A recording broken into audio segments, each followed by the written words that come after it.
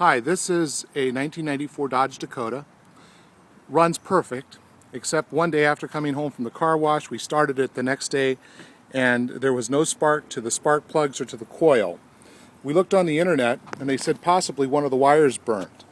And so this video hopefully will help you if you run into the same problem. Here is the fuse box, and underneath the fuse box we removed the tape from all the wires. And what we found at this point, now we're not positive as to this being the problem, but it certainly isn't going to hurt to identify this. There's this one red wire that's separated from, I don't know if you can see, but the three wires here that are joined together. And so what we're going to do is try to reattach those three wires and see if we can get it to start up.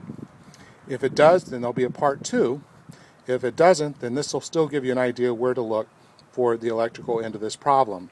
Many people have said that they've replaced a lot of parts, but if this works, it's going to be a cheap way of fixing the problem. So this will be our first video. Never done it before, but I hope it helps. It's a 1994 V8 Dodge Dakota.